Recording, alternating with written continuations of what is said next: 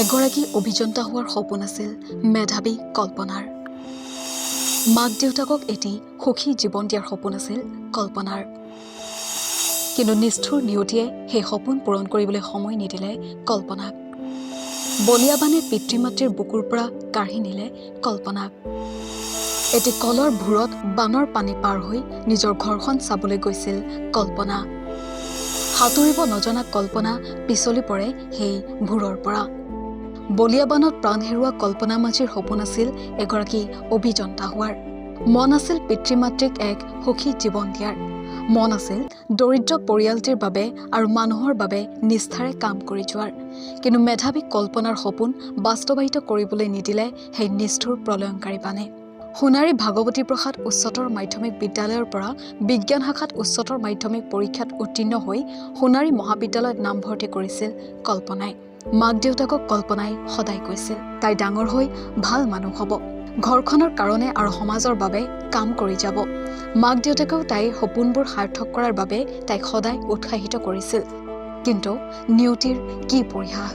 বলিয়াবানৰ বাবে ঘৰ এৰি আশ্ৰয় শিবিৰত থকা কল্পনাই ভায়েকক লগত লৈ ওচৰৰে এগৰাকী ককায়েকৰ সৈতে এখন কলৰ ভূৰত নিজৰ বানত বুৰ যোৱা ঘৰখনৰ বান পৰিস্থিতি চাবলৈ আহে।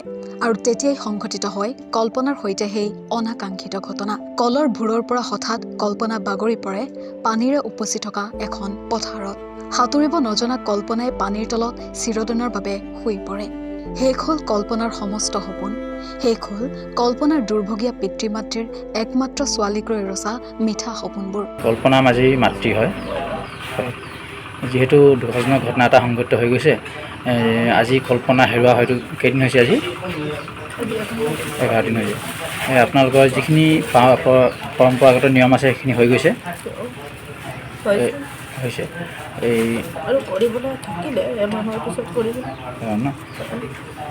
যিহেতু আপোনাৰ কল্পনা ঘটনাটো ইতিমধ্যে যিটো আকস্মিক এটা দুৰ্ঘটনা, বলিয়াবানতে প্ৰাণ লৈ গ'ল। কল্পনা যিহেতু এগৰাকী মেধাৱী ছাত্ৰী আছিলে, তেখেতৰ বিষয়ে অলপ কৈ দিয়কচোন। কল্পনাৰ বিষয়ে কেনেকৈ দুৰ্ঘটনাটো হ'ল? আমি য'ত আছিলোঁ অফিচৰ পৰা মানে এই ওলাই আহিলেই পালে সেই ল'ৰাজনে এতিয়া কথা পাতি আছে। সেই ল'ৰাজনে লৈ আহিছিলে তাক কলভূৰা নাৱত ইয়াত লৈ আহিলে। তো আমি বিচাৰিছোঁ গোটেই ছোৱালীটো ক'ত গ'ল, ইমান দেৰি হৈছে অহা নাই। তাৰপিছত মানুহকেইটাই কৈছে বোলে আমিতো দেখা নাই কোনফালে গৈছে বুলি কৈছে। তাৰপিছত বাপেকে বিচাৰি আহিলেতো নেপালেই পালে। পিছত এই ল'ৰাটো তাহাঁতৰ ঘৰলৈ আহি আৰু এইফালদি ওলাই পেলাই গৈছে। যাওঁতে আৰু কল গছৰ নাৱৰ পৰা পিছল খাই পৰিছে বুলি কৈছে। আমি দেখাতো নাই, পিছল খাই পৰিছে।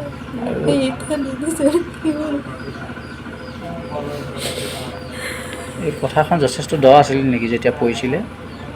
পানী যেতিয়া বহুত দ আছিলে ন? জেগাডোখৰটো মানুহকেইটাই কৈ যে দ আছে, নাই মইতো একো ক'ব পৰা নাই। মোৰতো ছোৱালীটো পৰাৰ লগে লগে মোৰতো একো হৈছেই নাই। কলৰ ভূৰত আহিছিলে নেকি? কোন কোন আহিছিলে তাত? এই ল'ৰাজন ঘৰৰ ওচৰৰ ল'ৰা এজন তাই আহিছিল। তাই সাঁতুৰিব নাজানে? নজনা ল'ৰাটোৱে ছোৱালী এজনী কেনে আনিব লাগে।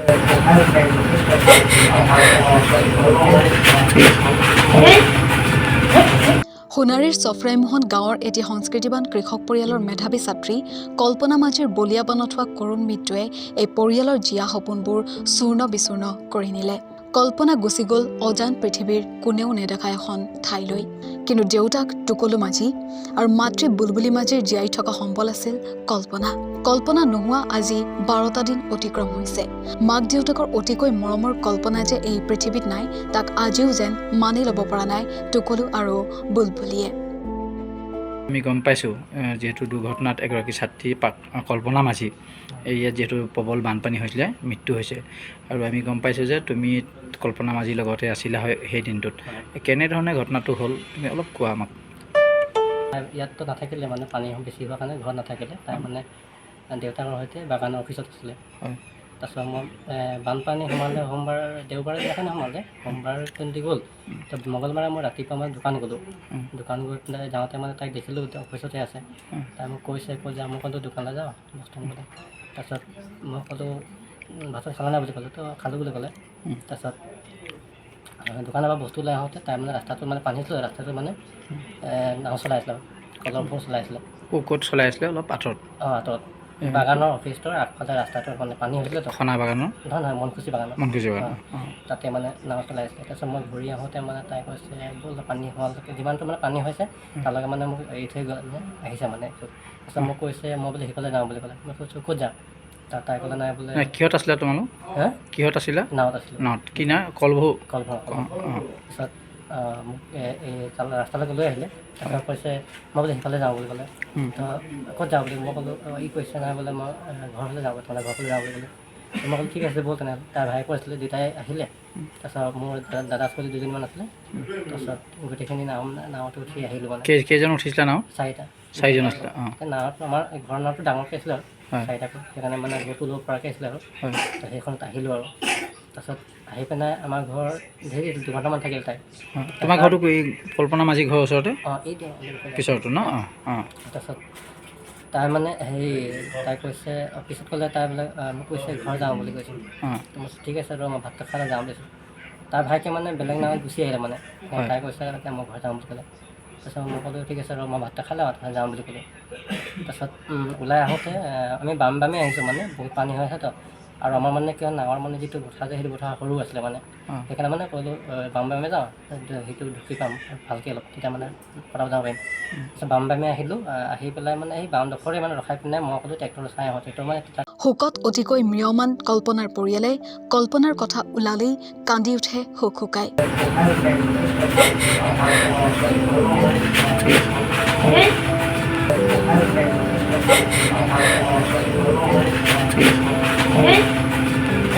কল্পনাৰ অকাল মৃত্যুক সহজভাৱে ল'ব পৰা নাই কল্পনাৰ পৰিয়ালে প্ৰকৃতি যে কিমান নিষ্ঠুৰ হ'ব পাৰে কল্পনাৰ সৈতে হোৱা এই হৃদয় বিদাৰক ঘটনাই তাকেই যেন প্ৰতিফলিত কৰিছে উজনিৰ বানে বানাক্ৰান্তসকলৰ ঘৰেই কাঢ়ি নিয়া নাই কাঢ়ি নিছে বহুতৰ আশা আকাংক্ষা আৰু জীয়াই থকাৰ একমাত্ৰ কাৰণো সোণাৰীৰ পৰা মৃদুল নিবিড় বৰগোহাঁইৰ প্ৰতিবেদন নৰ্থ ইষ্ট নাও।